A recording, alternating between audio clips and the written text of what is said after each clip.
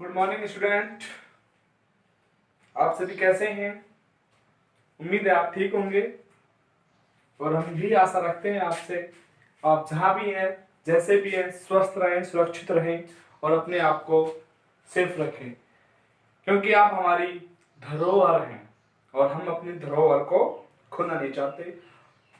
तो विद्यार्थियों, अब हम अपने टॉपिक पे चलते हैं। हमने लास्ट वीडियो में डिस्कस किया था क्लोरोफॉर्म के बनाने की विधियों का, कि क्लोरोफॉर्म का हम निर्माण कैसे करेंगे, क्योंकि विधियां क्या क्या हैं हमने एक कंप्लीट वीडियो में पढ़ा था। अब हम जो डिस्कस करने जा रहे हैं वो है क्लोरोफॉर्म के भौतिक गुण।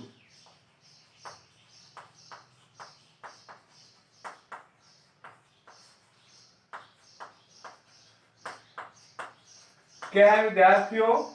क्लोरोफॉर्म के भौतिक गुण।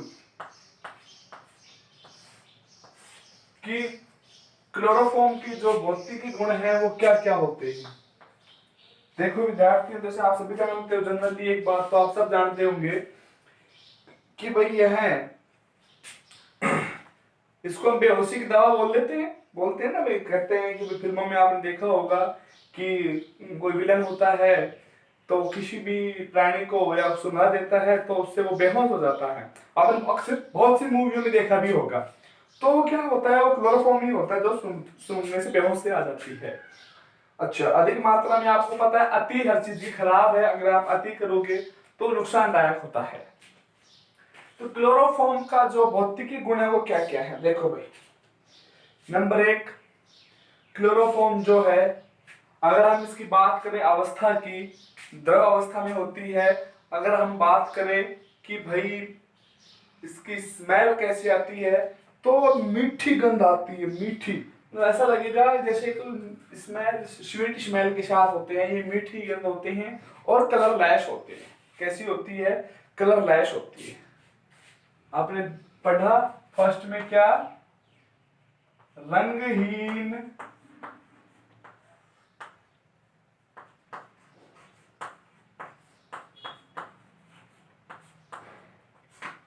मीठी गंध। देखा आपने कैसी होती है? रंगहीन, मीठी गंध युक्त द्रव्य होती है। कैसी होती है? द्रव्य। ठीक है भाई। गंध कैसी होती है? स्मेल, मधुर स्मेल होती है। रंगहीन होती है। और कैसी स्टेट की बात करें तो कौन सी स्टेट में होती है? ये द्रव्य स्टेट में होती है। ठीक है, यहां तक देखो। अब देखो विद्यार्थियों, इसका जो घनत्व है, बात करें अब घनत्व की, तो आपने देखा होगा कि कोई भी पदार्थ है जिसका घनत्व अधिक होता है, तो वह पानी की निचली सतह में चली जाती है, अर्थात डूब जाती है पानी। देखा होगा आपने भाई, किसी का भी घनत्व अधिक है तो वह पानी में डूबती है, जैसे घनत्व कम है वो पानी पे तैरती है। पढ़ा है ना आपने? अच्छा, तो जो इसका घनत्व है क्लोरोफॉर्म का जो घनत्व होता है वह पानी से अधिक होता है। जब घनत्व पानी से अधिक होता है तो यह जो क्लोरोफॉर्म है यह पानी के निचली सतह पे जमा हो जाती है, पेंडे में जाके जमा हो जाती है। ठीक है,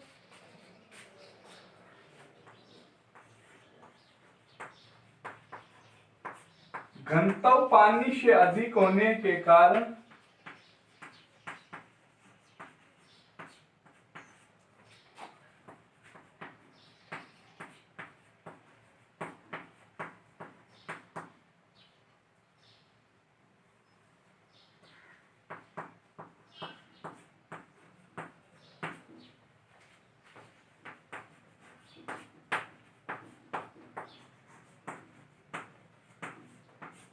निचली सतह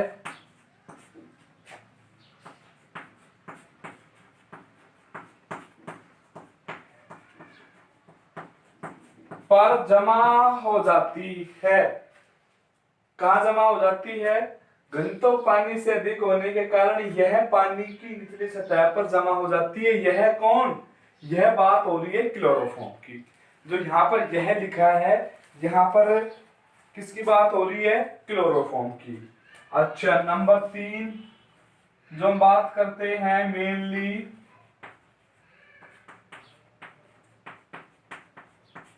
अधिक मात्रा में सूंघने पर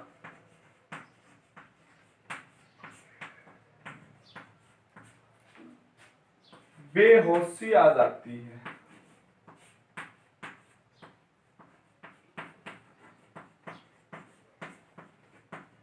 यदि हम इसको अधिक मात्रा में सूंघ लें तो क्या आ जाती है?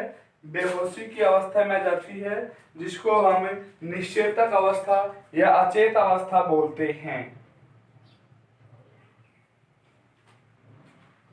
नंबर 4, देखो आपने देखा है यहाँ पर जब पानी से घनत्व इसका अधिक है तो क्या ये पानी में घुल रही है? पानी में अल्प विलय, घुलना यानी कि विलय नहीं हो रहा है, एक दूसरे में मिक्स होना। विलयन क्या होता है? देखो विलयन दो प्रकार का होता है, समांगी और विषमांगी।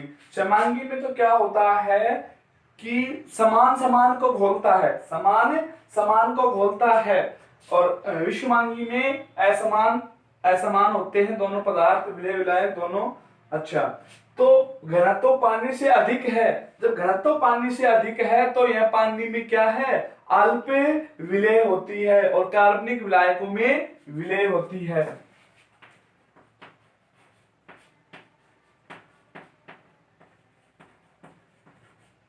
पानी में अल्प विलय तथा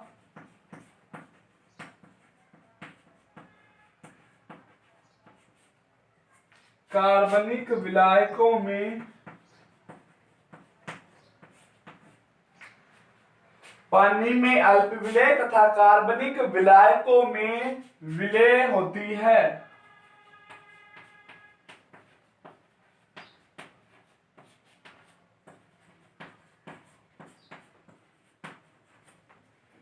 विलय का मतलब क्या है? घुलनशील होती है। विलय का मतलब क्या है? घुलनशील होती है। सभी एक साथ अपने नोटबुक लेके बैठे। तो रंगहीन मीठी गंधयुक्त द्रव्य होती है, घनत्व पानी से अधिक होता है, निचले सतह पे जमा हो जाती है, अधिक मात्रा में सूंघने पर बेहोशी आ जाती है, और पानी में अल्प विलय होती है। कार्बनिक विलायकों में यह क्या होती है? विलय होती है। कार्बनिक विलायकों में क्या होती है? विलय होती है। देखो एक बार ध्यान से,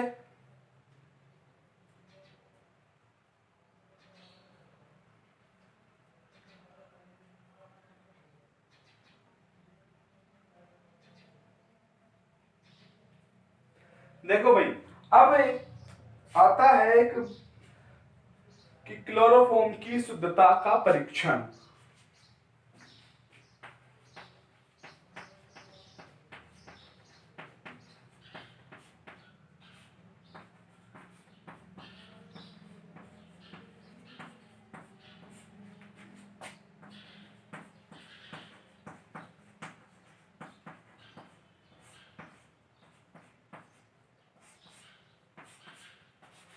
आगे नेक्स्ट टॉपिक है अपना कि क्लोरोफॉर्म की शुद्धता का परीक्षण, कि शुद्ध क्लोरोफॉर्म अपना कैसा परीक्षण देता है और अशुद्ध क्लोरोफॉर्म कैसा परीक्षण देता है। देखो भाई, परीक्षण करिए, आप कैसे पता लगाएंगे कि शुद्ध क्लोरोफॉर्म है अशुद्ध क्लोरोफॉर्म है? तो परीक्षण के लिए हम एक यौगिक काम में लेते हैं AgNO3 सिल्वर नाइट्रेट। तो उससे हम जब परीक्षण कराते हैं, देखो जो शुद्ध क्लोरोफॉर्म होता है, प्योर जो क्लोरोफॉर्म होता है वह, देखो आपने पता है क्लोरोफॉर्म में CH है, तो शुद्ध क्लोरोफॉर्म तो AgCl का श्वेत अवक्षेप नहीं देता। शुद्ध क्लोरोफॉर्म AgCl का श्वेत अवक्षेप नहीं देता, जबकि अशुद्ध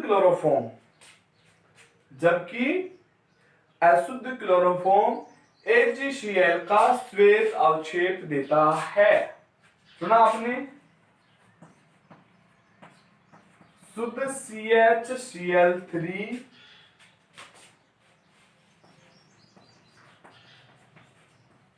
AgNO3 से क्रिया कर AgCl का श्वेत अवक्षेप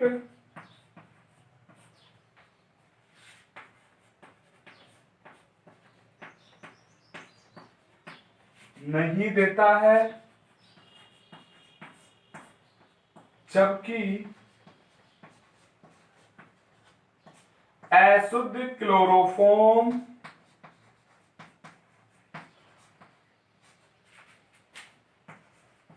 श्वेत अवक्षेप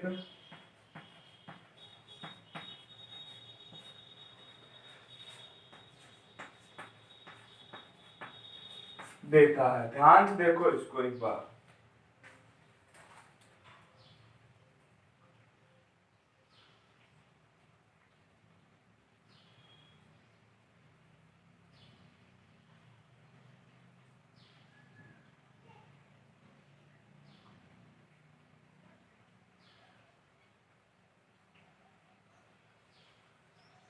देखा आपने।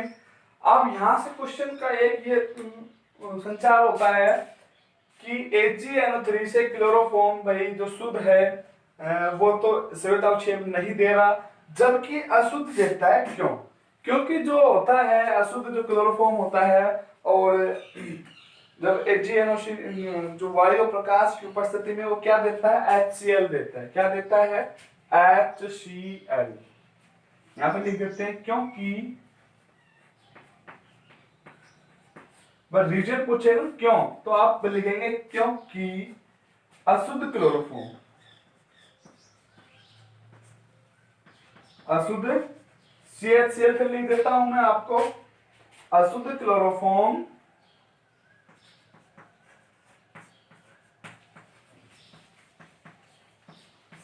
वायु व प्रकाश की उपस्थिति में, किस किस की उपस्थिति में? वायु और प्रकाश, इनकी उपस्थिति में HCl देता है, जो कि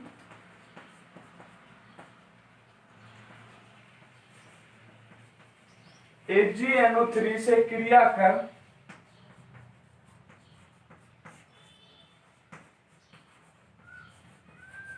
AgCl बनाता है, या AgCl का श्वेत अवक्षेप देता है। जब कैसे? HCl की रिएक्शन हमने AgNO3 से कराई, दिख रहा है ना सभी को? यहां पर सनलाइट यहां पर दिख रहा है ना सभी को? इतना नीचे, हाँ। HCl और AgNO3 की वायु प्रकाश की उपस्थिति में क्रिया करेगा भाई, ये जो है अशुद्ध क्लोरोफॉर्म, वहां से किसका फॉर्मेशन हुआ? HCl का। जो ये HCl बनता है ये AgNO3 से क्रिया कर AgCl बना देगा। देखो ये Cl जुड़ गया Ag के साथ, क्या बन जाएगा? AgCl। और जो ये NO3 है ये H से साथ जुड़ के क्या बना देगा? HNO3। तो इस प्रकार से AgCl और HNO3 का निर्माण हो जाता है। देखो ध्यान से,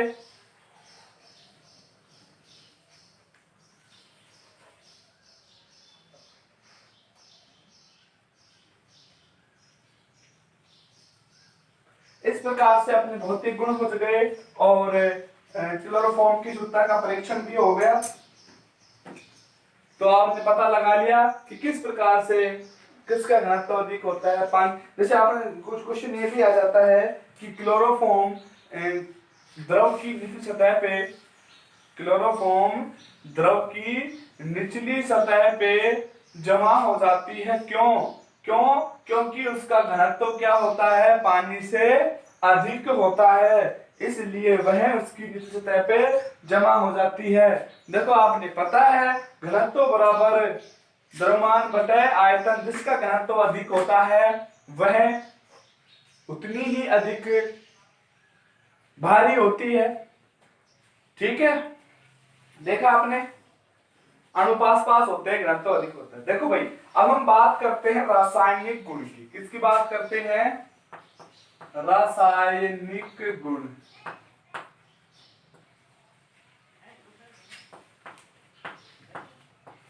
भौतिक गुण हमने उधर पढ़े, अब हम डिस्कस करेंगे रासायनिक गुणों का। तो रासायनिक गुण में हम पहला पढ़ेंगे ऑक्सीकरण। क्या पढ़ेंगे? ऑक्सीकरण। ऑक्सीकरण का मतलब आप जानते ही हो।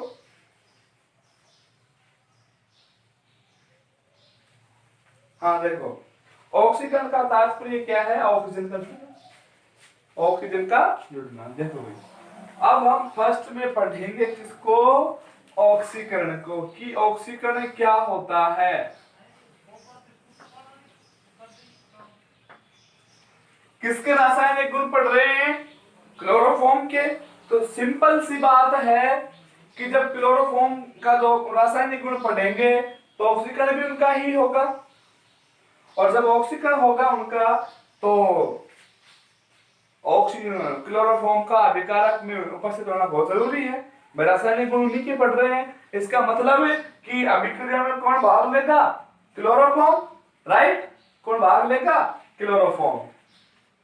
तो जब इनका ऑक्सीकरण कराते हैं, ये फोस्जीन गैस बनाता है। कौन सी बनाता है? फोस्जीन गैस बनाता है। कौन? क्लोरोफॉर्म। देखो,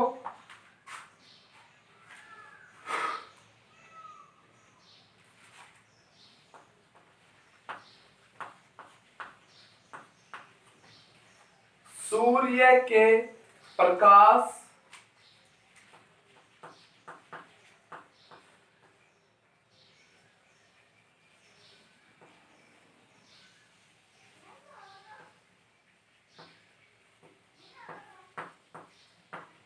की उपस्थिति में CHCl3, क्या है ये? क्लोरोफॉर्म।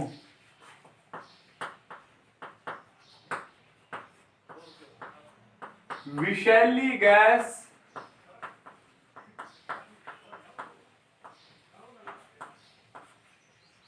कार्बोनिल क्लोराइड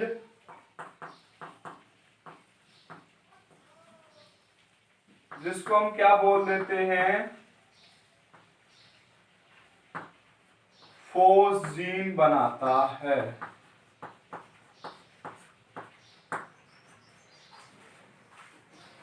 देखो इसको,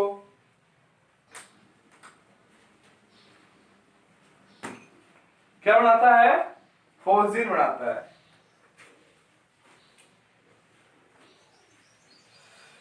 फोस्जीन का फॉर्मूला होता है COCl2।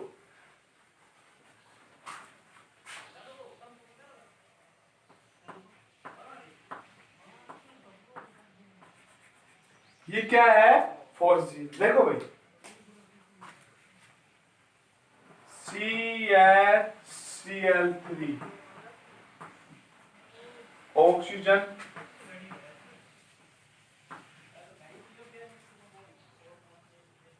सूर्य के प्रकाश की उपस्थिति में। यहां पे 2 मोल ले लेंगे। देखो विद्यार्थियों, यहां पर समझो इस चीज को, 2 मोलों को अलग अलग लिख दिया, यहां से यहां से यहां से यहां से।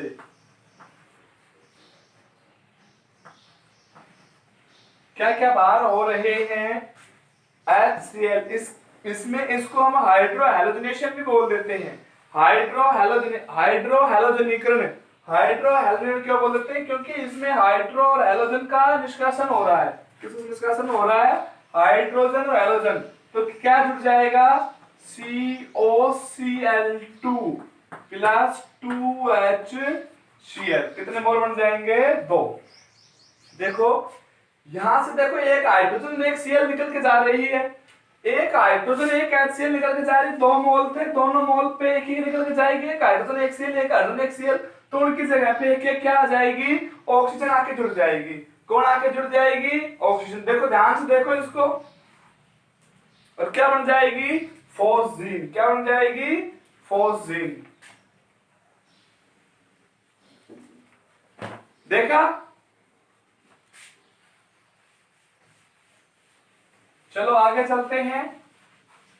अब चैन,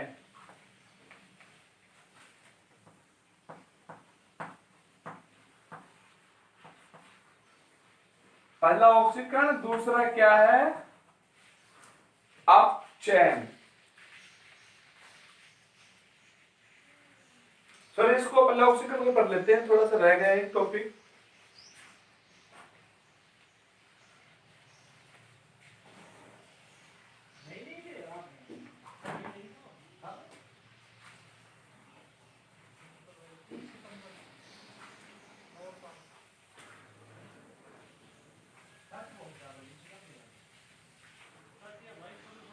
देखो अब यहां पर देखो, अगर आपने देखा यहां पर फोस्जीन बन गई, अगर फोस्जीन बन भी गई है तो यह एथिल अल्कोहल से क्रिया करके उसको हम एथिल कार्बोनेट में बदल सकते हैं। किससे क्रिया कराकर, एथिल अल्कोहल से क्रिया कराकर उसको अविषाक्त पदार्थ में बदल सकते हैं। अविषाक्त पदार्थ क्या है, एथिल कार्बोनेट। नोट लिख देंगे यहां पर, यदि, नोट में क्या लिख लेंगे, यदि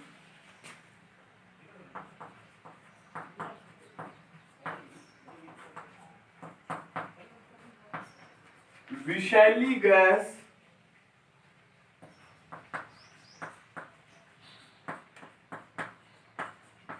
बन भी गई है तो, कब बनी है ये, ऑक्सीकरण में, तो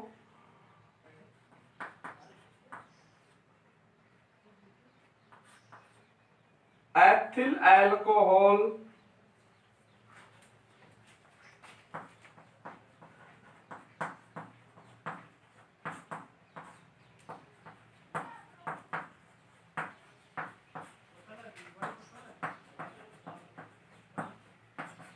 से क्रिया कराकर उसको डायएथिल कार्बोनेट में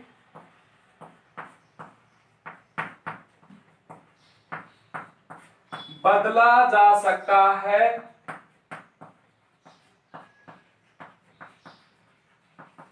जो कि अविषाक्त पदार्थ है। जो कैसा है, अविषाक्त पदार्थ है। यदि विषैली गैस बन भी गई है तो एथिल अल्कोहल से क्रिया कराकर उसको डायएथिल कार्बोनेट में बदला जा सकता है, जो कैसा है, अविषाक्त पदार्थ है। कैसा पदार्थ है विद्यार्थियों, अविषाक्त पदार्थ है। देखो कैसे,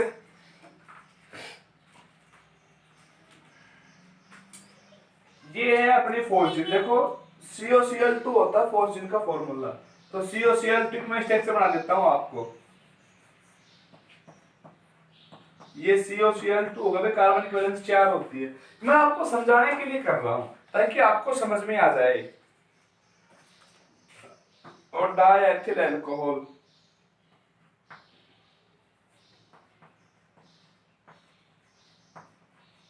देखो C2H5OH है कि नहीं है, यहां पर लिख लेंगे डाई लिख लेंगे यहां पे, ठीक है। देखो C2H5OH है कि नहीं है, C2H5OH। तो अब समझाने के लिए क्या है, यहां से देखो इसका निष्कासन हो जाएगा, एक HCl और एक HCl। कितने HCl बाहर हो जाएंगे, देखो गौर से, कितने HCl बाहर हो जाएंगे बताओ फटाक से जल्दी से, 2 HCl बाहर हो जाएंगे, हाँ है ना। अब देखो डायथिल कार्बोनेट कैसे बना, ये डबल बॉन्ड इधर O ही है। अब ये फ्री हुआ बॉन्ड, ये फ्री हुआ बॉन्ड, भाई इस कार्बन 2 वैलेंसी फ्री हो गई, तो ये इस ऑक्सीजन के साथ और इस ऑक्सीजन के साथ जुड़ जाएगा।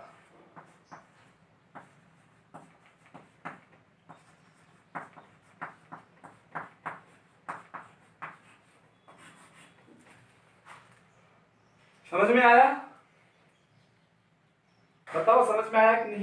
आया होगा। HCl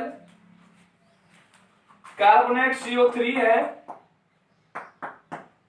डाई एथिल है, एक एथिल ये, एक एथिल ये। घबराना नहीं है, C2H5OH ही है, C2H5OH ही है।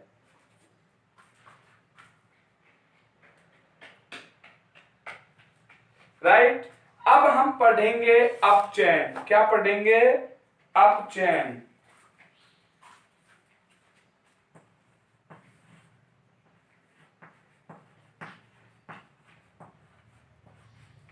क्या पढ़ेंगे विद्यार्थियों? अपचयन। अपचयन में देखो, प्रथम है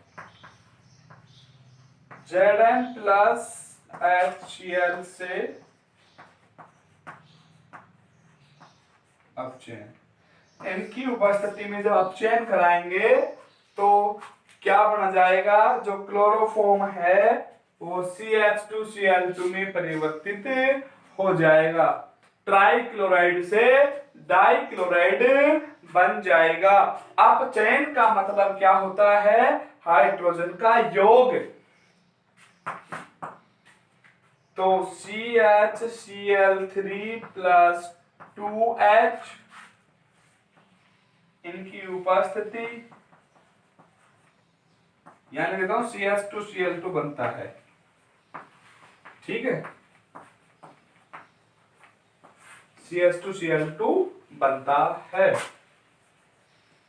अपचयन कराएंगे ना इनका, इनकी उपस्थिति में क्या बनेगा? CH2Cl2 बनता है।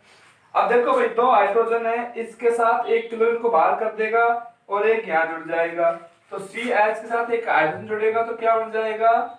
CH2। एक निकल के जाएगी क्लोरीन, भाई एक क्लोरीन निकल के जाएगी यहां से इसके साथ, तो Cl2 बचेगा और HCl। ध्यान से देखो,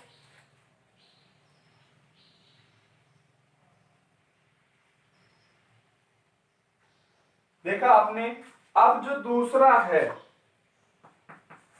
अब चयन का दूसरा पार्ट है, वो हम करा रहे हैं Zn प्लस H2O से। तो विद्यार्थियों इसमें मेथेन बनता है।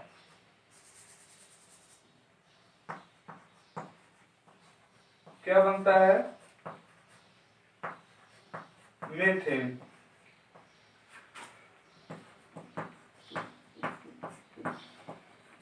मेथेन का क्या होता है? CH4 होता है।